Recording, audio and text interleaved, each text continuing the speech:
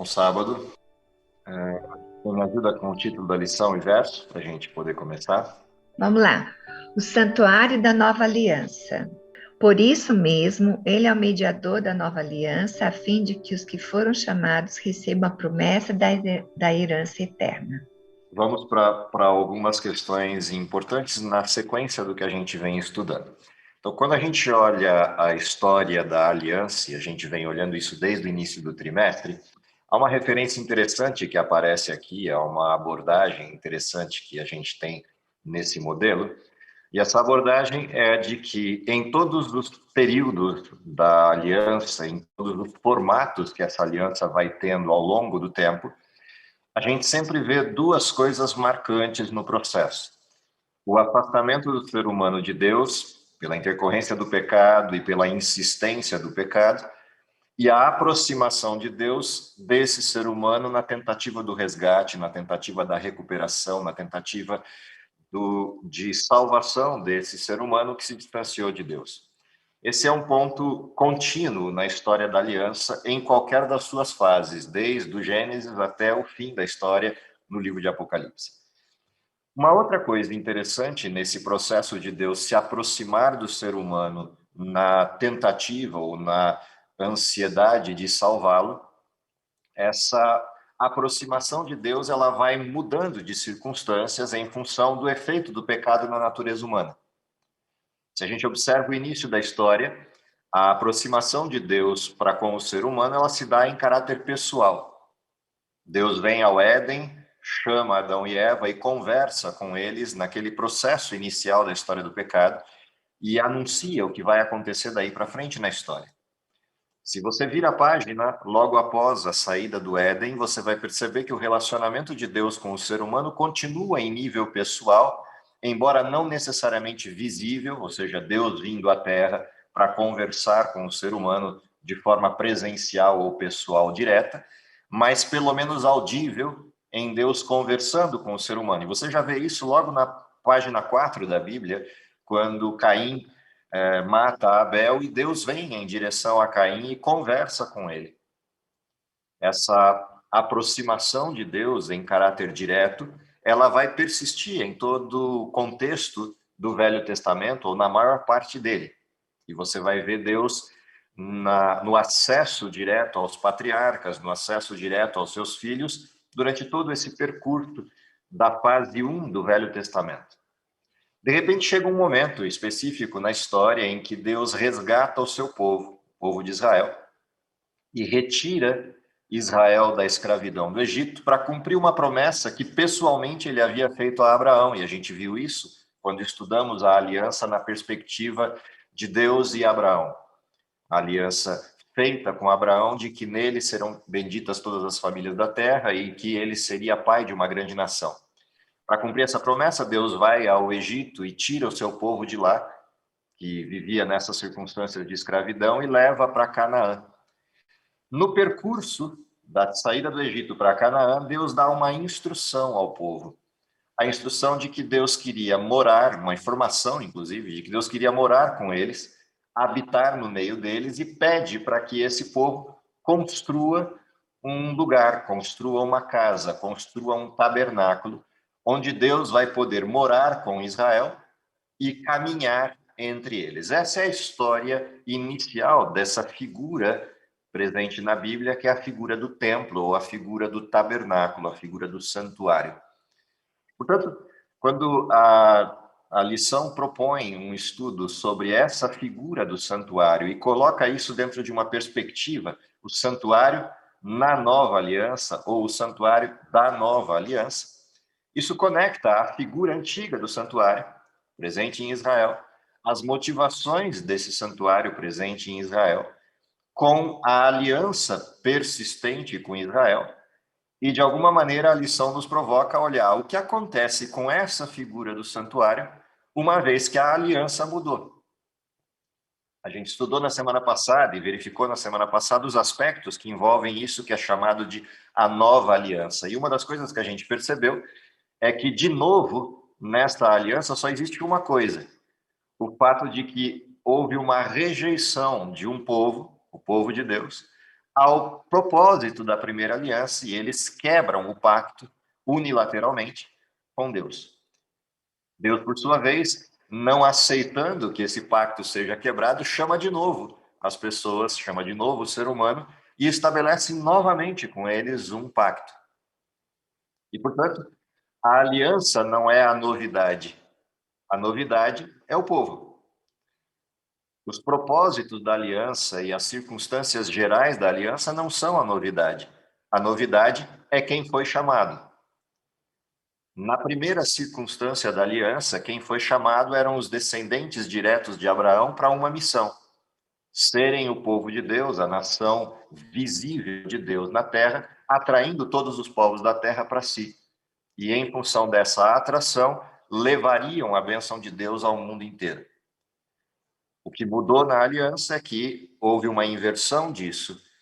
Agora Deus chama o mundo para essa aliança e chama um grupo de pessoas para que se dirija ao mundo, para que vá ao mundo inteiro, levando a promessa dessa aliança e levando a bênção dessa aliança. E há uma transição. Aquilo que era um tabernáculo visível, o santuário visível de Deus na terra, centro de todas as atenções deste mundo, agora passa a ser as pessoas, passam a ser as pessoas. Se a gente olha a apresentação que Paulo faz a respeito do templo, ele situa que nós nos tornamos o templo do Espírito Santo e Deus habita em nós. Da mesma forma como a lei que era visível no templo agora é escrita dentro de nós. Portanto, aquilo que é levado ao mundo é o mesmo tabernáculo de Deus, só que agora na figura humana. Nós somos o templo, nós vamos ao mundo. E quando o mundo encontra conosco, recebe a bênção. Quando o mundo se associa enquanto convivência e relacionamento conosco, recebe a bênção que anteriormente estava presente dentro do templo. E essa é a transição que a gente viu na semana passada entre a aliança feita com Israel e a aliança feita com o povo de Deus, todos aqueles que venham a crer no nome de Cristo e aceitem essa aliança. Mas a partir desse momento em que a aliança transiciona para o ser humano e o templo transiciona para o ser humano, nós somos o templo do Espírito Santo e apresentamos-nos diante de Deus como sacerdócio real, povo santo, povo eleito de Deus no sentido pessoal. O que acontece com a figura que o santuário anterior representava? E essa pergunta ela fica em aberto nessa transição de alianças, e é isso que a lição dessa semana busca responder. Uma outra coisa importante na lição dessa semana é que ela traz um dos pontos fundamentais de distinção do remanescente. A compreensão da figura do santuário e da sua efetividade na história do povo de Deus é uma peculiaridade do remanescente. Tanto que há um destaque de que o santuário seja o ponto distintivo da Igreja Adventista do Sétimo Dia no mundo atual. A percepção e compreensão do que é a figura do santuário em toda a perspectiva bíblica, ela é um fator distintivo da Igreja Adventista. Você não vai encontrar essa abordagem, essa percepção do fluxo desse elemento do santuário ao longo de todas as doutrinas bíblicas, exceto no movimento adventista. E a grande pergunta é: por que isso é importante? Importante ao ponto de a gente ter uma lição voltada para isso. Existe algo importante acontecendo na transição da aliança. Enquanto a aliança feita com Israel, ela apresentava a figura, o exemplo, ou a metáfora, ou o símbolo daquilo que acontecia no plano da redenção. A partir da cruz, a partir da morte de Cristo na cruz, e a efetividade daquilo que estava na essência do santuário em Israel, que era o perdão de pecados a partir do sacrifício e da justiça de Cristo, ofertada naquele cordeiro representado no santuário, essa transição acontece a partir do momento que o cordeiro efetivo morre na cruz.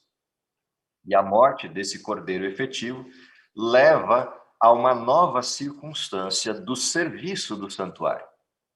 Afinal de contas, mesmo que o santuário de Israel persistisse na terra, mesmo que Israel tivesse aceito a missão e não tivesse rejeitado o Messias, o santuário mudaria de contexto.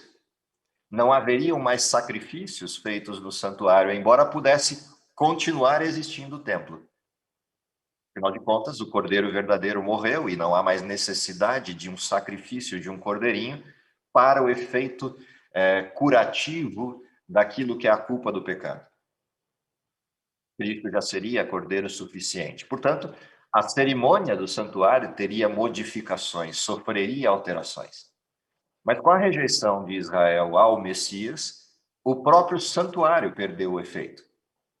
Porque Cristo já não habita, e Deus já não habita dentro do santuário, na figura da nação de Israel. E agora a gente passa a ter um novo modelo, aonde Deus está. Se por um lado é uma figura efetiva, que o Espírito Santo habita no coração do homem, e portanto Deus se faz presente no humano a partir disso, por outra via, aquilo que era a figura do santuário terrestre assume uma nova condição, que é o santuário efetivo, o santuário real. E para a gente compreender esse santuário real é que a gente volta ao santuário antigo para observar algumas questões presentes nele, para entender como figura esse santuário, a efetividade do santuário real. A primeira coisa interessante do santuário terrestre, que a gente foi chamado a atenção, é que o santuário terrestre espelhava um relacionamento entre Deus e o homem. Afinal de contas, a proposta do santuário terrestre é: façam para mim um tabernáculo, porque eu quero habitar no meio de vocês e caminhar entre vocês. Ou seja, Deus quer conviver com o ser humano, e a primeira figura do santuário que a gente tem como atenção é essa convivência, esse relacionamento entre Deus e o homem. A pergunta é: naquilo que representa o santuário de Deus, o lugar efetivo onde Deus está, que os Salmos apresentam, né? O trono de Deus, Deus habita no seu santo templo e o trono de Deus está no céu, portanto, o templo de Deus está no céu. Essa figura do templo de Deus guarda também essa expressão relacional de que Deus se relacione com o ser humano. Se você quer entender isso, basta olhar alguns textos da Bíblia. Por exemplo, se você for ao texto de Isaías, o último capítulo, quando você olha a nova terra, a nova Jerusalém, a expressão que o texto de Isaías, no último capítulo, traz dessa nova Jerusalém, é que no monte de Deus, no santo monte de Deus, existe essa figura do santuário. E que por toda a eternidade os filhos de Deus se dirigirão até este lugar para se relacionar com Deus, a adorá-lo em sua santidade. E de um sábado a outro, todos vão até lá. Portanto, a figura de Deus estar no meio do seu povo e o seu povo se encontrar com ele, ela persiste mesmo no santuário do céu. A única razão pela qual a gente não tem acesso ao santuário celeste hoje é porque nós somos pecadores. Mas não fosse isso, nós teríamos essa oportunidade. Tanto que se você vai ao livro de Jó, você encontra no livro de Jó que os filhos de Deus vieram ao templo de Deus em uma reunião, no capítulo inicial de Jó. E isso traz a percepção de que o santuário de Deus tem as portas abertas para um relacionamento com seus filhos. Do mesmo jeito que o santuário terrestre representava Deus caminhando entre o povo de Israel, habitando no meio do seu povo. Essa figura de relacionamento, ela persiste no santuário celeste e é um dos maiores sonhos de Deus, de poder ter de volta em sua casa os seus filhos. Tanto que, se você olha João capítulo 14, é lá nesse lugar, na Nova Jerusalém, onde está o templo de Deus, que Cristo diz que vai construir as casas para os seus filhos. João 14, de 1 a 3, guarda essa promessa: não se turbe o vosso coração, credes em Deus, então creiam em mim. Eu vou para minha casa e lá vou construir casas para vocês, para que onde eu estiver, vocês estejam também. É a figura relacional do templo de Israel, presente no templo verdadeiro, o templo do céu. Se você continua olhando essa história, há algumas representações no santuário terrestre que espelham o serviço efetivo de Deus no céu. Por exemplo, se a gente vai ao Novo Testamento e olha lá o texto de 1 João, capítulo 1, capítulo 2, a gente tem uma representação ali de que Cristo é propiciação, ele é sacrifício, ele é oferta pelo nosso pecado, e não somente do nosso, pelo do mundo inteiro. Essa figura não é uma figura terrena. A expressão de João no capítulo 1 e 2 é uma figura celestial. Temos um advogado junto ao Pai, Jesus Cristo, o justo, que é propiciação para os nossos pecados. Portanto, essa é uma figura no céu e não na terra. Ou seja, aquilo que a gente olhava no santuário terrestre, a entrada do santuário com o sacrifício, espelhava aquilo que é o serviço efetivo de Cristo no céu, propiciação dos nossos pecados. Se você for a Apocalipse 4 e 5, você vai verificar que há um trono no céu, onde Deus está assentado, e há a figura ao redor do trono de 4 seres viventes que aparecem ali. Ela é uma figura que representa o próprio Cristo.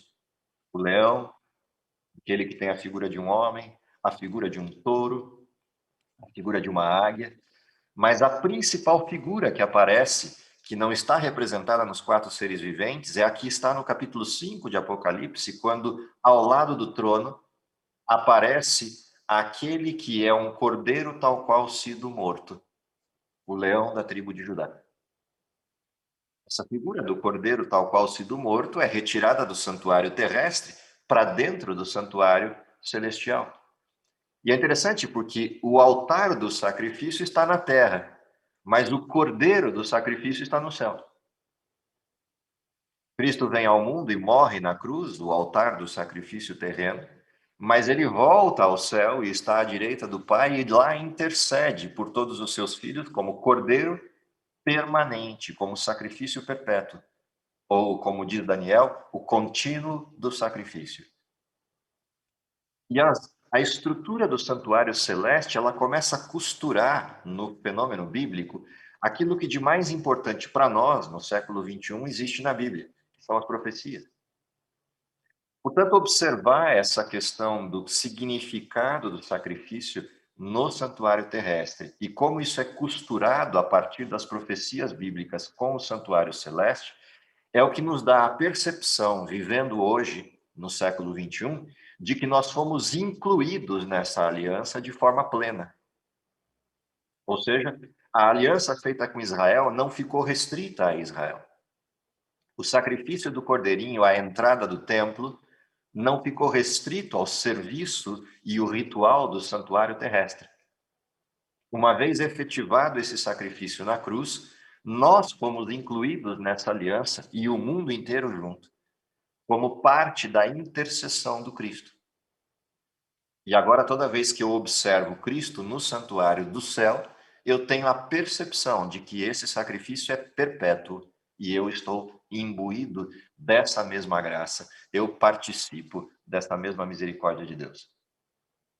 Mas quando você olha mais adentro o santuário terrestre, você vai perceber que logo depois do altar do santuário, e talvez seja interessante a gente relembrar isso ou visualizar isso para nossa memória se avivar dessa referência, quando a gente observa essa estrutura do santuário, e se você olhar e lembrar da figura que isso representava, logo depois da entrada do altar, você via uma pia no santuário terrestre.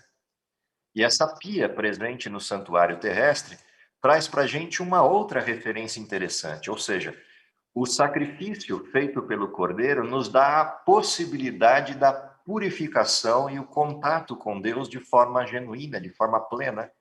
Agora, não mais como pecadores condenados, mas como filhos de Deus redimidos.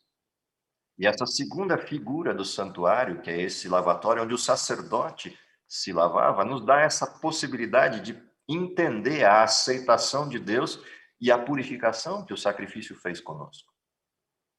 Essa mesma cerimônia, se você lembrar, ela é repetida na transição da aliança, quando a gente traz a figura do lava-pés para dentro da ceia. O sacrifício perfeito de Cristo, no símbolo da ceia, o pão e o vinho, o sangue e o corpo de Cristo, estão também atrelados à purificação que nos atinge, e o lava-pés demonstra isso. Se você continua observando o santuário e olha a parte interna do santuário, na parte interna do santuário você vai ter duas referências logo na entrada. De um lado, o lado direito do santuário, os pães da proposição. Do lado esquerdo do santuário, o castiçal de 7 lâmpadas. E é interessante porque essa mesma representação você encontra no livro de Apocalipse, logo na introdução dele. Apocalipse capítulo 1 descreve que as 7 igrejas da Ásia, para quem João escreve o livro de Apocalipse, recebem uma mensagem que tem uma assinatura. E a assinatura vem da parte daquele que é, que era e que há de vir, o Deus Todo-Poderoso, e da parte dos 7 Espíritos de Deus que se acham diante do seu trono, a figura do castiçal, à frente da arca da aliança, representa exatamente aquilo que está na assinatura do livro de Apocalipse. E da parte daquele que é a fiel testemunha, o sumo sacerdote do templo, o Cristo. Percebe que essa figura do santuário terrestre, ela persiste quando a gente vai ao Novo Testamento na apresentação do serviço no céu. E, portanto, a metáfora física do santuário terrestre representa a realidade do ministério de Deus, de Cristo e do Espírito Santo no santuário do céu. À direita, os pães da proposição espelhavam aquilo que Jesus, no Pai Nosso, representa o pão nosso de cada dia, nos dai hoje. E quando você olha a figura do céu, na oração de Jesus, tanto a que ele ensina aos discípulos, quanto a que ele faz, você verifica que Cristo pede a Deus, o Pai, que cuide dos seus filhos. Eles estão no mundo, o mundo é mau, livre os meus filhos do mal, ainda que eles tenham que permanecer no mundo.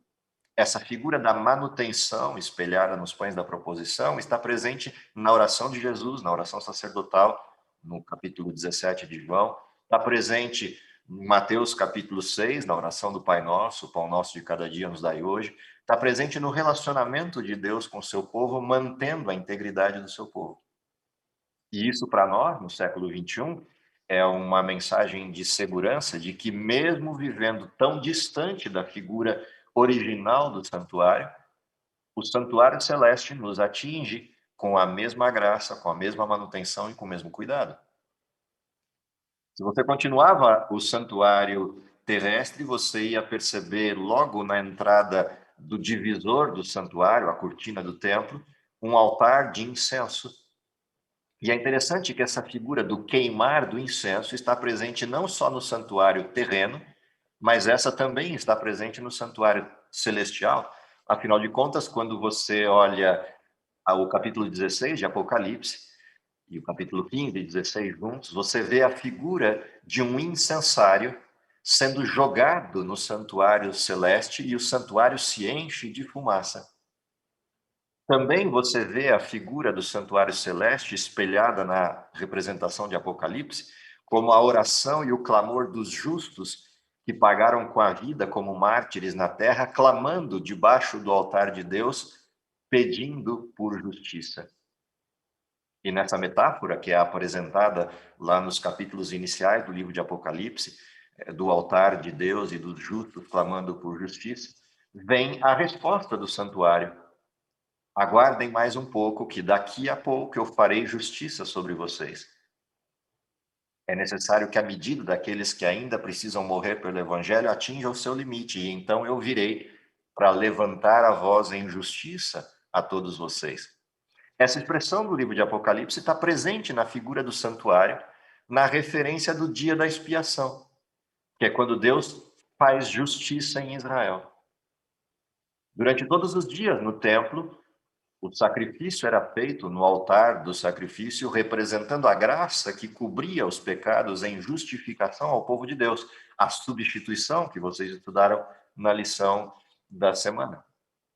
Essa representação substitutiva do Cristo pelo meu pecado, do Cordeirinho pelo pecador, ela também está presente no santuário celestial. quando Cristo se apresenta como justiça nossa, e por causa dele, nós somos recebidos diante do templo, diante do altar de Deus. Se você se lembrar, na figura de Isaías, é deste altar de incenso que vai lá e é retirada uma brasa viva e colocada nos lábios de Isaías. E ele pode agora, com lábios purificados, ver a Deus. Todas essas figuras estão presentes no santuário do céu, nessa visão de Isaías. Quando você olha a figura do sumo sacerdote atuando diante desse altar do incenso para que as orações cheguem ao céu, é interessante que a Bíblia apresenta essa figura com uma estrutura dupla. Cristo na figura do sumo sacerdote e o Espírito Santo apresentando diante de Deus nossas orações com gemidos inexprimíveis. Exatamente essa cena do lugar santo, onde você vê o Cristo, o altar do incenso com as nossas orações e o Espírito à frente, apresentando essas orações a Deus com gemidos inexprimíveis. A figura do santuário terrestre espelhada no real do santuário celeste. A figura do dia da expiação, que é a justiça manifesta de Deus, está presente no livro de Daniel. Se vocês lembrarem, o capítulo 7 de Daniel apresenta lá nos versos 9 e 10 que depois do período medieval, ou seja, depois que os mártires do evangelho atingissem a medida daqueles que deveriam ainda pagar com a vida pela propagação do evangelho, depois disso, se assentaria um tribunal, abrir-se-iam livros e teria início um julgamento. Quando você continua lendo o capítulo 7 de Daniel e vai um pouco mais à frente, você vê que há um clamor dos filhos de Deus por justiça, porque eles foram entregues na mão daquele que é representado pelo chifre pequeno, que tem olhos, boca, fala grandiosamente e persegue os santos do Altíssimo. Você continua lendo e ali pelos versos 20 a 23, você vai encontrar uma referência em Daniel 7 de uma necessidade de que Deus se levante e faça justiça ao seu povo.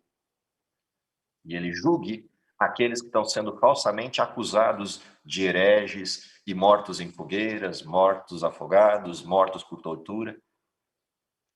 Você continua lendo e você percebe lá no capítulo 7, verso 25, que haveria um tempo de domínio desse poder falso atacando o povo de Deus. Um tempo, tempos e metade de um tempo.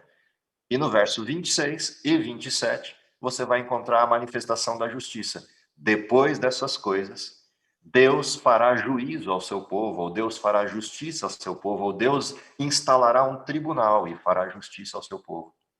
Essa figura está no capítulo 8 de Apocalipse, de Daniel, com a representação lá no verso 14 da purificação do santuário, o dia da expiação. E é curioso, porque o capítulo 8 de Daniel apresenta que, depois de 2.300 tardes e manhãs, esse santuário seria purificado. E se você observa, o capítulo 7 define o tempo que o povo de Deus seria perseguido, 1.260 anos.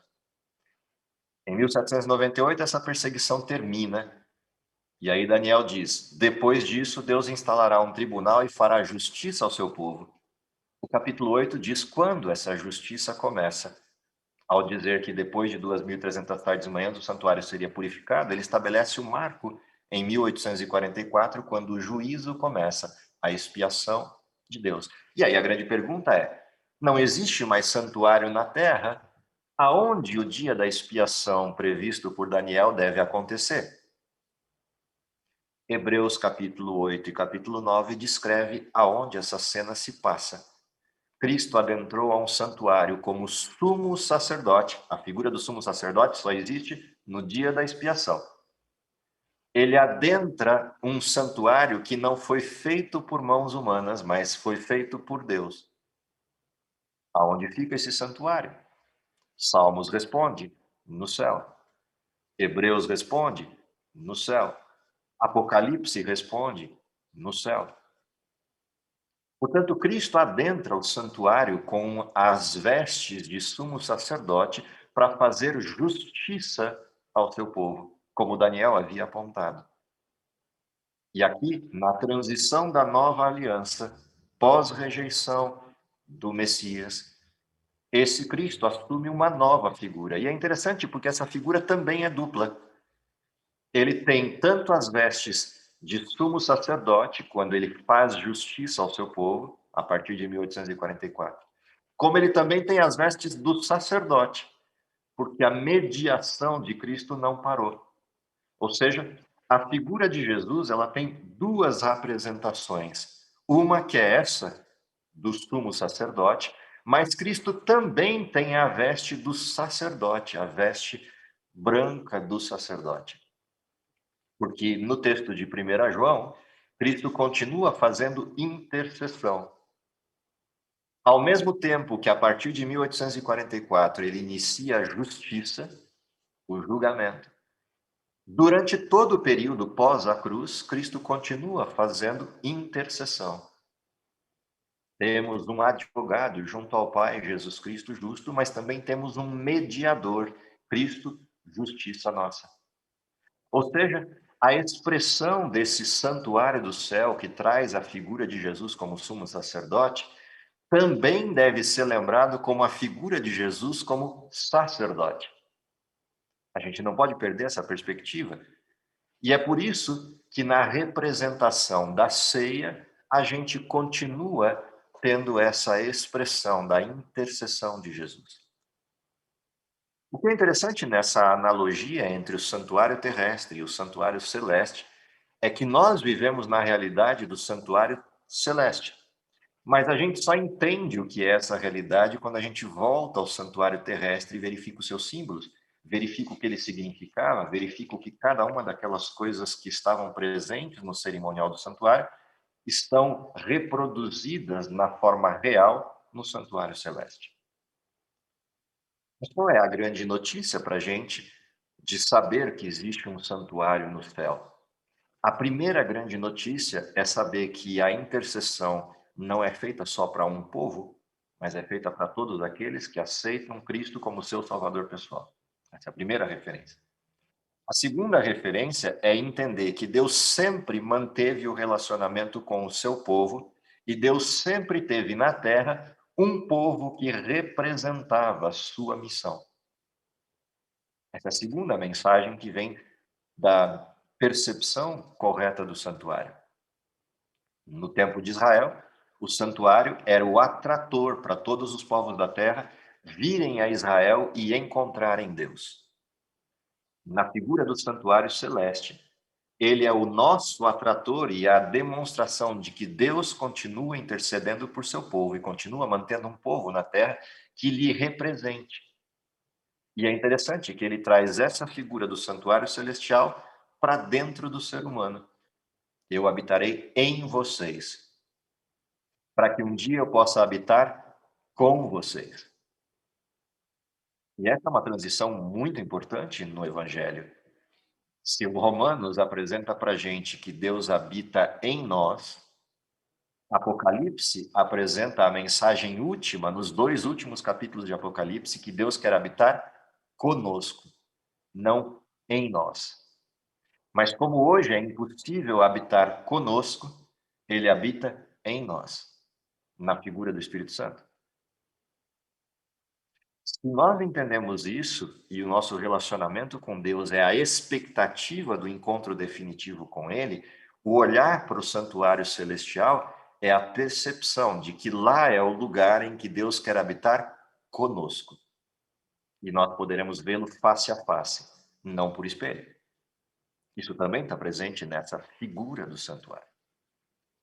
Uma outra coisa importante dessa percepção do santuário é a compreensão, e esse seria o quarto elemento, a compreensão do sistema profético, e mais do que o sistema profético, a compreensão do plano da redenção por inteiro. A figura do santuário celestial é a única representação plena que a gente tem da manifestação da justiça de Deus, pré-vinda de Cristo, pré-advento.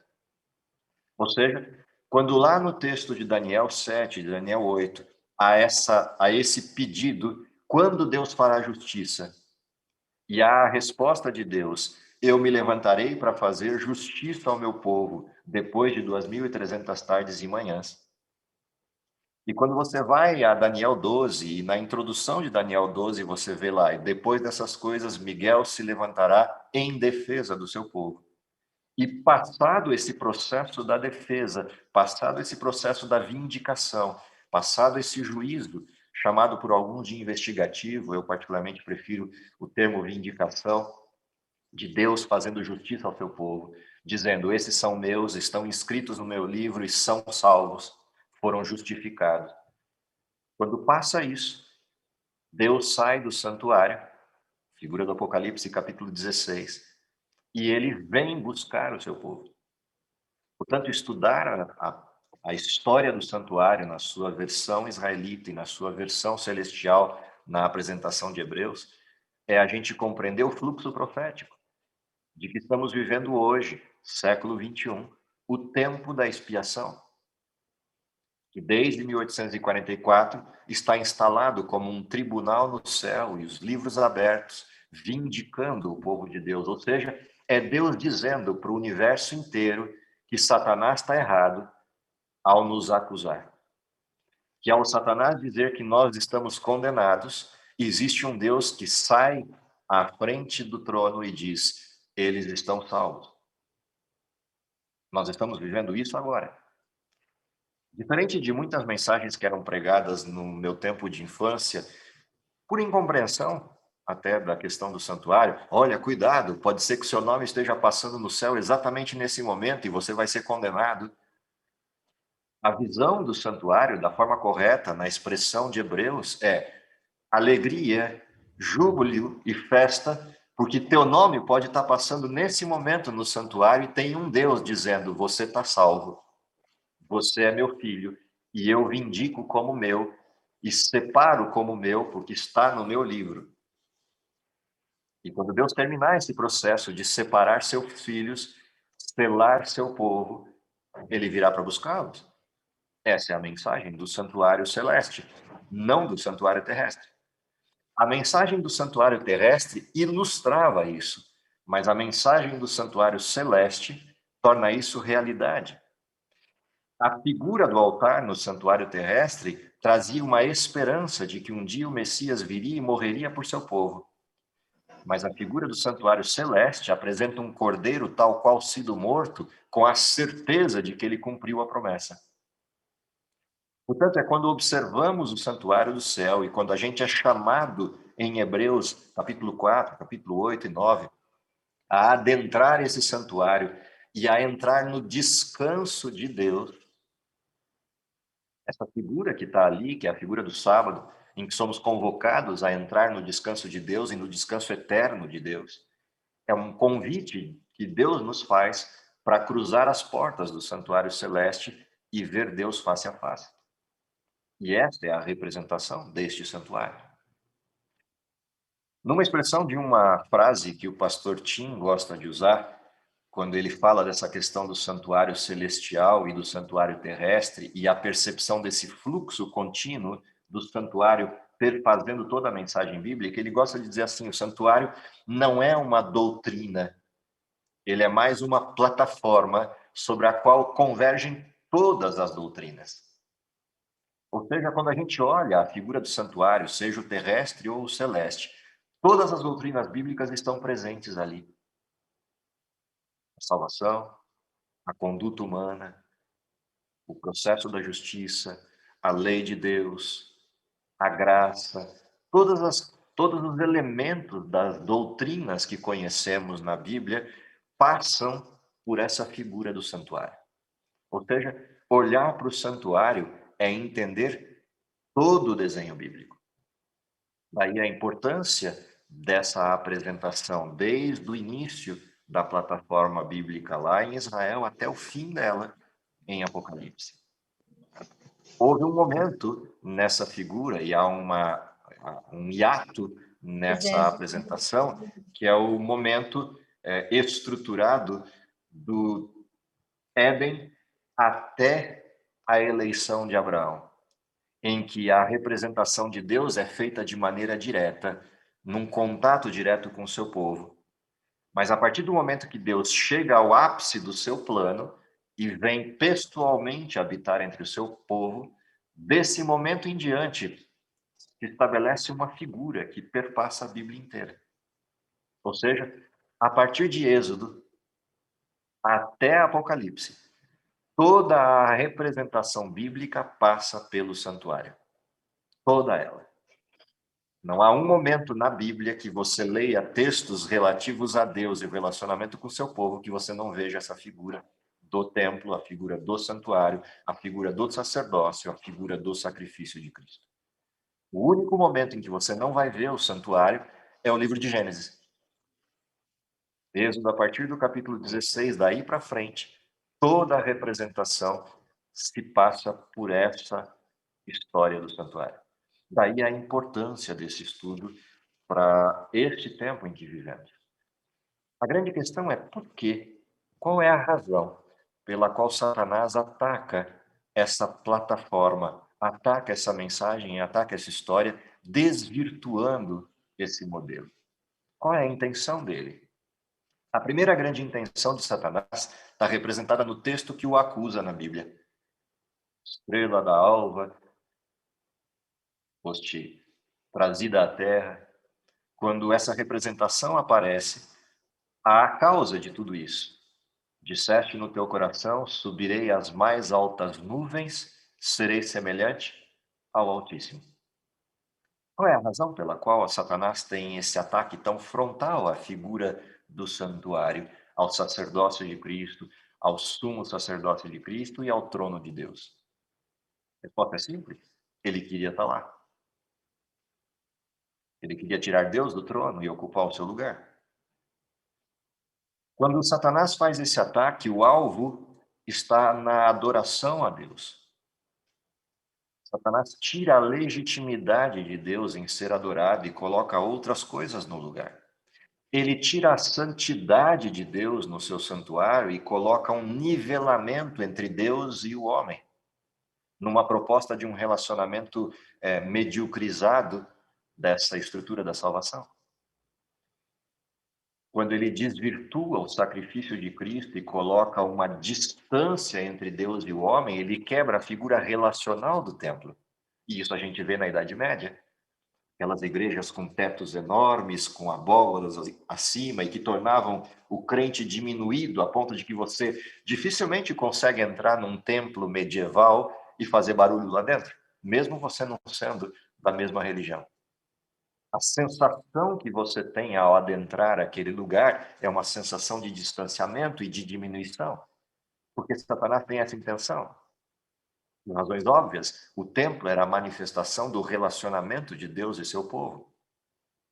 Se ele quebra esse relacionamento e torna um Deus distante e irado contra o ser humano, ele distancia o ser humano de Deus.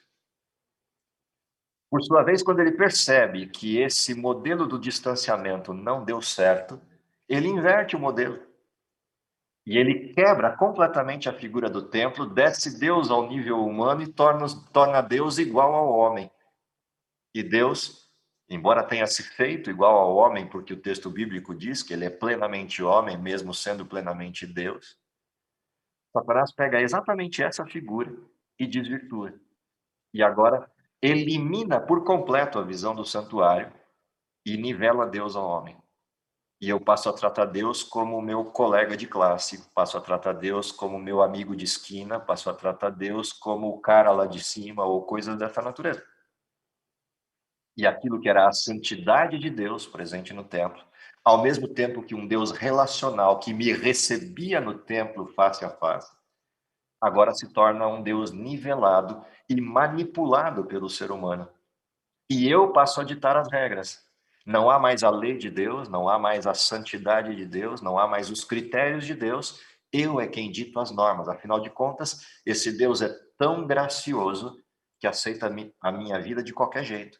E embora isso seja verdade, ele me recebe do jeito que eu estou, ele não me recebe para que eu continue assim. Ele me recebe para que eu seja transformado. Mas o nivelamento de Deus com a eliminação da figura do santuário e da compreensão correta dela traz esse Deus para um nivelamento humano. É neste tipo de mundo, com esses dois tipos de desvirtuamento, que nós somos chamados a recuperar a visão correta do santuário. Tanto no sentido histórico, do fluxo histórico dessa história do santuário, quanto recuperar a figura do santuário no plano da redenção. Não como um ritual, mas como uma mensagem. Não como um processo formal, mas como a vida perfeita daquele que se apresenta diante de Deus confiadamente no sacrifício de Cristo, mas que não persiste diante de Deus na sua impureza, mas aceita a transformação, que os lábios sejam feitos puros, que a vida seja transformada, para que então esse Deus possa sair e vindicar seus filhos como seus. Percebe que é exatamente a figura da justiça. Satanás, aquele que os acusa dia e noite, diz que eles são pecado. Deus, aquele que os salva continuamente, vem à cena e diz: são meus. A pergunta é: como é que eu me apresento diante de Deus? Continuamente pecando? Ou me apresento diante de Deus como aceitando a justiça de Cristo e aceitando a transformação que Ele quer produzir?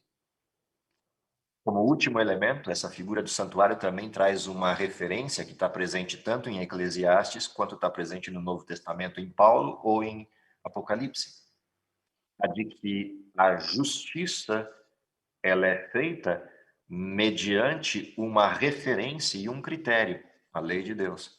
Portanto, sim, somos salvos pela fé e pela graça, mas somos julgados pelas obras. E essa é uma coisa que às vezes a gente esquece no olhar para a graça. A gente vai ter isso como um pouco mais de ênfase na semana que vem, quando vamos estudar a questão da fé na aliança. Mas é importante lembrar que a salvação é um ato unilateral de Deus, no sentido da graça ofertada àquele que não merece. Mas a justiça, o julgamento, tanto em Eclesiastes quanto em Apocalipse, ele se apresenta pelas obras. Afinal de contas, Deus há de trazer a juízo toda a obra, quer seja boa, quer seja má. Aquilo que está, inclusive, encoberto será trazido à tona para ser julgado. Então, é importante lembrar disso, porque uma concepção equivocada do santuário, ou até extinta do santuário, leva a uma graça barata, a um modelo unilateral da graça em que o ser humano pode continuar do jeito que é, da forma que é, fazendo as coisas que faz, e ainda assim a graça dará conta de cobri-lo. Isso é uma mentira. Essa é a frase resumida que Satanás usou no Éden: certamente não morrerás. Ela é reproduzida na graça barata do século XXI. A grande pergunta é: quando eu me deparo com essa figura da mediação de Cristo, quando eu entendo o preço que ele pagou por causa do pecado, e quando eu entendo a referência presente dentro desse santuário que remete à justiça de Cristo, à lei de Deus, qual é a resposta que eu dou frente a isso? Qual é a minha posição frente a tudo isso? Eu continuo com a abordagem de uma graça barata, ou eu migro de forma plena para esse santuário de Deus, me apresentando como sacrifício vivo, santo e agradável a esse Deus, através do meu culto racional? Essa é a grande pergunta que paira nessa figura do santuário novo, do santuário celeste, na nova aliança. E percebe que é um santuário que existe desde sempre. Porque quando Moisés fez o seu tabernáculo, o fez a figura do tabernáculo celeste, as representações do serviço que lá existiam. E a grande pergunta é: o que eu estou fazendo hoje, no meu tempo, quando eu me deparo com essa situação? O que eu realmente espero é que a gente entenda que, mesmo que a gente não aceite, mesmo que a gente não compreenda, essa figura é real. Cada um de nós terá que comparecer diante desse trono, nesse santuário. Seja na ordem que a gente espera, na vinda de Cristo, seja na segunda chamada, na chamada da justiça plena e executiva no juízo final, depois da segunda ressurreição. Independentemente de eu aceitar ou não aceitar a figura intercessória de Cristo, como também a sua justiça plena, eu terei que comparecer diante desse tribunal. O que eu realmente espero é que a gente compareça nesse tribunal na primeira chamada. Bem-aventurados aqueles que têm parte na primeira ressurreição, ou aqueles que estão salvos por ocasião da vinda de Cristo. Sobre eles não terá efeito a segunda morte. Ai daqueles que comparecerem na segunda chamada, porque também estarão diante do mesmo tribunal, verão os mesmos livros abertos, mas para receber uma sentença e não o cumprimento de uma promessa. Que Deus nos abençoe para que a gente entenda isso, para que a gente entenda a gravidade disso. Apesar disso ser uma mensagem de alegria, ela também é uma mensagem com gravidade, é uma mensagem com a tenacidade da justiça de Deus. A mesma justiça que quer levantar-se em defesa dos seus filhos é a justiça que, infelizmente, terá que se levantar para executar o pecado. Que Deus nos abençoe para que a gente faça parte da primeira chamada. Isso é o que eu desejo para vocês, é o que eu desejo para mim, e, se possível, o mais brevemente ainda na nossa geração. Vamos orar? Querido Pai que está nos céus, te agradecemos pelo dom da vida, te agradecemos porque essa figura do santuário, essa representação que um dia desenhaste na mente de Moisés e materializaste na história do teu povo, ela possa nos dar a perspectiva correta daquilo que é real no santuário celeste, a presença contínua de Cristo, a certeza da salvação, mas principalmente a oportunidade que teremos de viver contigo eternamente e o Senhor habitar entre nós. Dá, Senhor, que, se possível, essa esperança se cumpra ainda em nossa geração, é o que lhe pedimos, com o perdão de nossos pecados e a certeza da salvação em Cristo. Amém.